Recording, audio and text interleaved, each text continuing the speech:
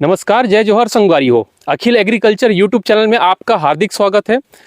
दोस्तों, जिला गौरेला पेंड्रा मरवाही में जो अभी धान की खेती है, सब्जी की खेती है, बहुत ज़्यादा मात्रा में, बहुत अच्छे तरीके से, वैज्ञानिक तरीके से में किसान जो है अब इसकी खेती और अच्छे से जोर शोर से कर रहे हैं।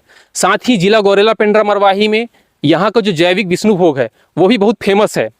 तो वर्तमान में हमारे साथ है श्री महेंद्र सिंह राजपूत जी, जो जिला गौरेला पेंड्रा मरवाही के प्रगतिशील किसान हैं। सर, आपका हार्दिक स्वागत है हमारे चैनल पे। नमस्कार, धन्यवाद। मेरा नाम है महेंद्र सिंह राजपूत जी। मैं भूतपूर्व सैनिक हूं और अभी फिलहाल पिछले 2 सालों से खेती किसानी का काम करता हूं जी। और ऐसा नहीं कि 2 साल से, मैं शुरू से ही खेती में मेरा इंटरेस्ट था और छुट्टियों के दिनों में खेती में काम करता था। सर, बाकी जो रिटायर्ड पर्सन हैं वो गवर्नमेंट जॉब की तरफ और जाते हैं या फिर अपने बिजनेस का, क्योंकि उनका एक इंटरेस्ट है। आपका इंटरेस्ट फार्मिंग पे क्यों रहा कि मेरे को रिटायरमेंट के बाद फार्मिंग ही करना है, और पहले से आप फार्मिंग करते आ रहे हैं, तो इंटरेस्ट कैसे बना आपके इसमें? जी बिल्कुल, आपका बिल्कुल सही सवाल है। मेरा इंटरेस्ट इसलिए था क्योंकि मैं जब स्टूडेंट था तो मेरा सब्जेक्ट भी एग्रीकल्चर था। अरे वाह। और शुरू से ही घर में खेती किसानी होती थी, तो शुरू से उस चीज़ की जानकारियाँ थी हमको, और इसी वजह से मैंने रिटायरमेंट के बाद जॉब अपॉर्चुनिटी भी आई, लेकिन मैंने उन सब चीज़ों को नज़रअंदाज करके जो मेरी जिस चीज़ को मैं पहले से सीखा हुआ था उसी चीज़ पे मैंने काम शुरू किया। बहुत शानदार। क्योंकि आपका 11th-12th में एग्रीकल्चर था, आप मुझे बता सकते हैं किस स्कूल से आपने स्कूलिंग की? जी, गवर्नमेंट मल्टीपर्पज़ स्कूल पेंड्रा से मैंने अपना हायर सेकेंडरी स्कूल क्वालिफाई किया था। ये किस सन की बात है? ये 2004 की बात है। 2004 ने आपने 12वीं पास किया था उस टाइम पे? जी। ग्रेट। दोस्तों, अब हम इनसे पूछेंगे कि आपने आधुनिक खेती को किस प्रकार किया है, क्यों सबसे अलग हैं आप खेती में बाकी किसानों से?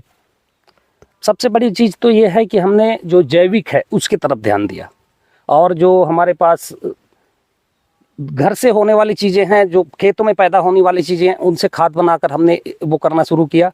और जो जैसे जैविक चीज़ों में इफ्को के काफ़ी सारे प्रोडक्ट हैं, उनको इस्तेमाल में लाते हैं जी। तो इसलिए हमको इसमें प्रोडक्शन भी अच्छा मिलता है, और जो आप देख ही रहे हैं सामने रिजल्ट क्या है। नहीं, रिजल्ट बहुत वास्तव में बहुत ही शानदार है। हम आगे बात करेंगे कि आपने इसमें क्या डाला और इतना अच्छा ग्रोथ आपको कैसे देखने मिलता है। वर्तमान में मुझे ये बताइए कि गर्मी की फसल भी आप धान लेते हैं और अभी बरसात में भी धान लेते हैं, इसमें आप प्रति क्विंटल कितना लेते हैं बरसात के दिन में और गर्मी में? जी देखिए, बात ऐसे है कि गर्मी में खेती करते हैं हम धान की, तो थोड़ी सी मैं जहाँ तक इस चीज़ का अंदाज़ा लगाया हूँ, गर्मी की फसल में प्रोडक्शन ज़्यादा मिलता है जी। वो 35 से 40 के आसपास हमने इस साल का जो प्रोडक्शन लिया है। लेकिन अभी हमारी जो बरसात की फसल होती है, ये 2 सालों की तो नहीं कहूँगा, हम शुरू से 30 और 35 के बीच में हमने प्रोडक्शन लिया है। अच्छा जी। ये तो मतलब इस एरिया की बात करूँ तो सबसे हाईएस्ट प्रोडक्शन आप ले रहे हैं इस एरिया में? नहीं, ये तो नहीं कह सकूंगा, क्योंकि और भी उन्नत कृषक है शायद। नहीं, उन्नत कृषक है, लेकिन जहां तक आपने मुझे बताया कि आप गर्मी में 40 क्विंटल तक भी उत्पादन लिए हैं और बरसात में भी वेल मैनेजमेंट के साथ बहुत अच्छा उत्पादन आपने लिया है। जी। कि किसान को क्या अपनाना चाहिए, उत्पादन किसमें अच्छा रहता है और लागत को कैसे कम करके उत्पादन ज़्यादा ले सकता है, किस बीज का चयन करना चाहिए? बिल्कुल, आपकी बिल्कुल सही बात है। खेती में प्रोडक्शन लेना बड़ी बात है, लेकिन सबसे बड़ी बात होती है कि हम खेती में खर्च को कैसे बचाएंगे। जी। ये इस चीज़ के लिए हम जो हमारी सोसाइटियों, मार्केटिंग सोसाइटियों में बीज आता है, जैसे MTU 1156 हो गया, बहुत सारी वैरायटियाँ आती हैं, वो हमें सस्ता भी मिलते हैं, उनका प्रोडक्शन भी बहुत अच्छा मिलता है। मेरा अपना खुद का एक्सपीरियंस है इस खेती में कि हम जो घर की भी बीज जो हम तैयार करते हैं जी। एक बार मार्केट से खरीदा हुआ बीज हम 3 साल तक अगर इस्तेमाल करते हैं, तो अगर आप अच्छी खेती कर रहे हैं, अच्छा उसका देख रेख कर रहे हैं फसल की, तो उसमें किसी भी प्रकार की प्रोडक्शन में कमी नहीं देखने को मिलती। तो हमने कोशिश किया कि हम पहले खर्च बचाएंगे, बाद में प्रोडक्शन की तरफ चलेंगे। तो इन सब चीज़ों से क्या है, खर्च बचता है हमारा। जो सोसाइटी की बीज है, हमने उसकी भी खेती किया हुआ है जी। मेरे पास पर्टिकुलर वैरायटी है MTU 1156 की। अच्छा। तो उसमें अच्छा प्रोडक्शन मैंने तकरीबन 35 क्विंटल के आसपास का लिया है। ये बरसात में या फिर गर्मी में? पिछले साल हमने बरसात में भी लिया था और अभी गर्मी में भी मैंने वही उसकी खेती की थी, तो 35 के पार गया। अच्छा, बहुत ही शानदार, बहुत ही शानदार। मुझे लगता है उनका कहना ये रहता है कि ये 28 से 30 क्विंटल देगा, लेकिन आपने 25-35 रिकॉर्ड किया है। जी बिल्कुल, इसमें से कोई शक नहीं। बहुत शानदार। अब हम बात करते हैं कि कैसे हम खेती में इफ्को के प्रोडक्ट को यूज करके अपने उत्पादन को कैसे बढ़ा सकते हैं, और कौन कौन से इफ्को के प्रोडक्ट आपको किस किस स्टेज में आप अप्लाई करते हैं? जी, रही बात इफ्को की, तो जैसे हम इफ्को का प्रोडक्ट यहाँ तक कि हम बीज तैयार करते हैं, बीज को जर्मिनेशन के लिए, जैसे हमारे छत्तीसगढ़ी में बोलते हैं कि भिगा के उसको दबाने, जुराई लाने वाली बात बोलते हैं, तो उस समय हम सीड को इफ्को की जो नैनो DAP है उससे ट्रीटमेंट करते हैं। करके भिगाने के बाद नैनो डीएपी ट्रीटमेंट करके उसको दबा के अंकुरण के लिए 24 घंटे या 32 घंटे तक छोड़ के वहाँ तक की काम हो गया। उसके बाद हम नर्सरी के लिए हम जब उसको हमने डाल दिया, नर्सरी तैयार किया। नर्सरी के बाद मेरा पर्सनल एक एक्सपीरियंस की, जो हम रूट ट्रीटमेंट करते हैं, जी जी, मुझे लगता है कि शायद मेरा प्रोडक्शन, मेरे पौधे, मेरे खेत की धान जल्दी इसलिए तैयार होता है कि वो मैं रूट ट्रीटमेंट करता हूँ, और सारे लोग उसको वैसे वर्क समझ के छोड़ देते हैं। मतलब हम किसानी की भाषा में बोलें तो रूट थरहा का जड़ों का उपचार, हाँ, थरहा के जड़ों का उपचार करना। जी, तो हम तकरीबन 200 से 250 लीटर एक 12 बाई 12 के तिरपाल में पानी भर के एक बोतल जो होती है नैनो डीएपी की, उसको डाल देते हैं, उसमें थरहा को डुबा देते हैं 10 मिनट से 15 मिनट तक। उसके बाद उसको निकाल दिया, पानी वहीं छट जाती है, फिर उसके बाद हम रोपा ट्रांसप्लांट कराते हैं। बिल्कुल, बहुत ही वैज्ञानिक तरीके से भैया ने बताया। ये बिल्कुल साइंटिफिक तरीका है। मैं सभी किसान भाइयों से अनुरोध करना चाहता हूँ कि बीज का उपचार आप नैनो डीएपी से करिए, उसका रिजल्ट आपको देखने को मिलेगा। लेकिन जब बीज का उपचार करके अगर आप डायरेक्ट बुआई कर देते हैं, अच्छी बात है। अगर आप उसको नर्सरी तैयार करते हैं, नर्सरी जब ट्रांसप्लांटिंग के लिए जब जाता है तो उसके थरहा को भी, उसके रूट का भी ट्रीटमेंट करिए। बहुत लाजवाब रिजल्ट है इसका, और ये रिजल्ट हम आपको सामने दिखाने भी आने वाले। यहाँ पे कोई पेड प्रमोशन नहीं है कि हम सागारिका का उपयोग पेड प्रमोशन कर रहे हैं, इसको नैनो डीएपी का प्रमोशन कर रहे हैं। जो वास्तविक है, जो किसान की जुबानी खुद बोलती है, हम उस पर बात करते हैं। भैया, अब आप बताइए कि जब आपने नैनो डीएपी का ट्रीटमेंट किए, सीड ट्रीटमेंट किए, सीडलिंग का ट्रीटमेंट किए थरहा का, उसके बाद आपको यहाँ पे क्या रिजल्ट देखने को मिल रहा है? और सगारिका आप यूज किए हैं, सगारिका कितना यूज किए, कब यूज किए, और आप अपने धान की फसल को दिखाइए कितने कंसे निकले हुए हैं, कल्ले निकले हैं। जी बिल्कुल, जैसे आप पहले मेरे से पूछा कि रूट ट्रीटमेंट किया, मैं आप लोगों के माध्यम से किसी ने मुझे जो बताया, जो मुझे बाहर से जानकारी मिली कि रूट ट्रीटमेंट जो हम नर्सरी के पौधे तैयार करते हैं उसके लिए बहुत इंपॉर्टेंट होता है। तो उससे क्या होता है, पहला फायदा तो कि जो हमारी बोलते हैं ना, रोपा पलटेगा, यानी कि रोपा अपनी जड़ पकड़ लेना, तो बहुत फास्ट ये जमीन पे अपने जड़ों का ग्रोथ करता है। अच्छा, अगर आप नहीं किए हैं तो वो मैं आपको दिखा भी सकता हूँ जहाँ पे नहीं हो पाया है जल्दबाजी में। तो वो जो ये थरहा, ये जो रोपा है हमारी, अगर 1 हफ्ते के अंदर पूरी खड़ी हो जाएगी, ऐसे लगेगा कि यहीं पे बोया हुआ पहले का धान है। अच्छा जी। और बेसल डोज की बात की है कि आप सगारिका का कौन सा प्रोडक्ट इस्तेमाल करते हैं, तो मेरे पास मैंने ये अपनी डीएपी, बहुत ज़्यादा डीएपी की मात्रा, हम रासायनिक खाद का बहुत ज़्यादा उपयोग पे हमारी वो नहीं रहता जोर। हम इनमें 15 किलो से 20 किलो एकड़ के हिसाब से डीएपी, और उसके बाद 10 केजी का सगारिका बेसल डोज में, ये हमने फर्स्ट डोज में डाला है बस।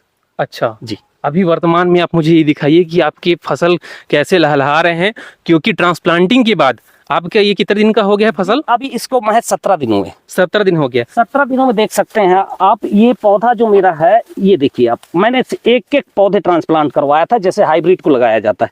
देख सकते हैं आप, अगर इनके कंसे गिनूं मैं तो 17 दिनों में इनके शायद 17 कंसे हो सकते हैं। 1 2 3 4 5 6 7 8 9 10 11 हैं, किसी में ज्यादा भी हैं, आप देख सकते हैं। पूरा ये हाइब्रिड के जैसे लगाया गया था, एक एक पौधे गिन के। वास्तव में जब रुपाई करने के बाद जो किसान नैनो डीएपी का यूज नहीं करते हैं, सगारिका का यूज नहीं करते हैं, उनका क्या होता है, 1 सप्ताह होता है, 10 दिन होता है, फसल पीला ही रहता है, फिर वो यूरिया डालते हैं। जहाँ पे मुझे लगता है गलती कर देते हैं किसान, जैसे टीपी की ट्रांसप्लांटिंग किए, रुपाई करिए, यूरिया डालते हैं कि फसल हमारा पीला है, हमको हरा करना है। अगर उसके जगह में वो डीएपी का ट्रीटमेंट किए रहते हैं, नैनो डीएपी ट्रीटमेंट, और सगारिका डालते हैं, तो मुझे लगता है ज़्यादा बेटर रिजल्ट रहेगा। इसमें आपका क्या अनुभव है? बिल्कुल, इसमें बिल्कुल आप सही बात कह रहे हैं। तुरंत थोड़े दिनों बाद यूरिया देने का कोई मैं जहाँ तक मुझे पता है कि साइंटिफिक रीजन भी नहीं है। जब तक जड़ें सॉइल में इस्टेब्लिश नहीं हो जाती, तब तक यूरिया का कोई मतलब नहीं है, पानी के साथ बह के चला जाएगा वो। बिल्कुल बिल्कुल जी। और अगर थोड़ी दिनों बाद हमने वो रूट ट्रीटमेंट किया हुआ है तो हमारा जड़ इस्टेब्लिश हो जाएगा, पौधा हमारा खड़ा हो जाएगा। फिर उसके बाद अगर आप कोई भी फर्टिलाइजर या कोई भी उर्वरक देते हैं उसको, तो उसका बेहतर आपको रिजल्ट मिलेगा। जी जी। तो यहाँ पे आप सगारिका कितनी मात्रा में उपयोग किए थे और किस स्टेज में? और आप एक फसल चक्र में, हम धान की फसल की बात करें, एक फसल चक्र में आपने Sagarika plus Z plus plus कितने बार यूज करते हैं और किस स्टेज में? जी मेरे बहुत जगह तो ऐसे हो पाता है कि मैं एक ही बार सगारी का इस्तेमाल करता हूँ, जी लेकिन वैसे ज़्यादातर मेरी कोशिश रहती है कि एक डोज हो मेरा सगारिका का बेसल डोज में 15 किलो DAP के साथ, और एक डोज में देता हूँ। जैसे हालांकि वो जैसे जो जानकार लोग हैं बताते हैं कि बहुत जल्दी दे देते हैं आप, हाँ हाँ लेकिन मेरी क्या है, जैविक की तरफ थोड़ी सी वो रहती है, तो सगारिका थोड़ा सा उस पूरा टाइप जैविक है। है। बिल्कुल। और मैं 12 से 15 दिन के बीच में जैसे मेरी धान खड़ा हुआ तो महज यूरिया की मात्रा मेरी होती है 15 kg से ज्यादा नहीं देता मैं। ये कितने दिन में डालते हैं आप? जी ये 15 दिन के साथ यूरिया के साथ मिला के मैं दे देता हूँ। अच्छा अच्छा, और बाकी किसान इसमें कितने दिन में देते हैं? बाकी किसान थोड़ा सा मैं इसमें जल्दी करता हूँ तो मेरा वो तो बोलते हैं कि 3 हफ्ते बाद, तो 20 डेज के बाद ही देना चाहिए। अच्छा अच्छा, लेकिन मैं थोड़ा पहले कर देता हूँ क्योंकि उस टाइम पे हमें कुछ इंसेक्टिसाइड भी देने होते हैं, जी जी तो वो 15 दिनों के अंदर हम दे देते हैं, तो जो इंसेक्ट का अटैक है वो पहले से रुका रहता है। मतलब प्रिवेंटिव में, प्रिवेंटिव ही, बिल्कुल बिल्कुल। प्रिवेंटिव। भैया अभी जो है, अभी तक फसल आपका जो 17 दिन का है, काफी शानदार यहाँ पे रिजल्ट देखने को मिला है।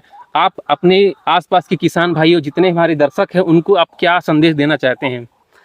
सबसे पहले मेरा संदेश है किसान भाइयों से कि खेती में जितना हम खर्च को रोकेंगे जी उतना हमको ज़्यादा प्रॉफिट गेन होगा। हमने खर्च अंधाधुंध कर दिया, बहुत सारी वैरायटियाँ लगा दी, महंगे वैरायटी लगा दिए, जर्मिनेशन ही नहीं आया। बिल्कुल। ये प्रॉब्लम मैं कई सालों से कहूँ तो लोग यकीन नहीं करते, बोले पहले तो ये बाहर था, अभी तो क्या बताएगा। हाँ, तो ये पहले हमको खर्च को रोकना है। बिल्कुल। खर्च रोक लिया आपने, प्रोडक्शन पे थोड़ा जोर देना है बढ़िया सा, बिल्कुल। आप अच्छा प्रॉफिट गेन करेंगे। जी जी जी। वीडियो अच्छा लगे वीडियो को लाइक करिए, हमारे चैनल को सब्सक्राइब करना बिल्कुल ना भूलें। ऐसे ही कृषि संबंधित जानकारी हमारे चैनल के माध्यम से समस्त किसान भाइयों को दिया जाता है। छत्तीसगढ़ के सभी किसान भाइयों के वीडियो को ज़्यादा से ज़्यादा शेयर करिए। और भैया आपका बहुत बहुत धन्यवाद, आपने बहुत महत्वपूर्ण समय और बहुत महत्वपूर्ण जानकारी दिया, जो कि समस्त किसान भाइयों के लिए बहुत ही लाभप्रद है। आपका बहुत बहुत धन्यवाद। जी बहुत बहुत धन्यवाद आपका। मेरा आपसे एक छोटी सी आखिरी में बात कहना है जी कि हम ज़्यादा से ज़्यादा रासायनिक खादों का इस्तेमाल ना करके अगर थोड़ा थोड़ा कम करके जैविक की तरफ जाएंगे तो उसमें भी ऐसा नहीं है कि प्रोडक्शन हम अच्छा नहीं ले सकते। जी जी। तो मेरा सभी किसान भाइयों से अनुरोध है कि जैविक की तरफ जाइए, जैविक प्रोडक्ट इस्तेमाल करिए और अच्छा प्रोडक्शन लीजिए।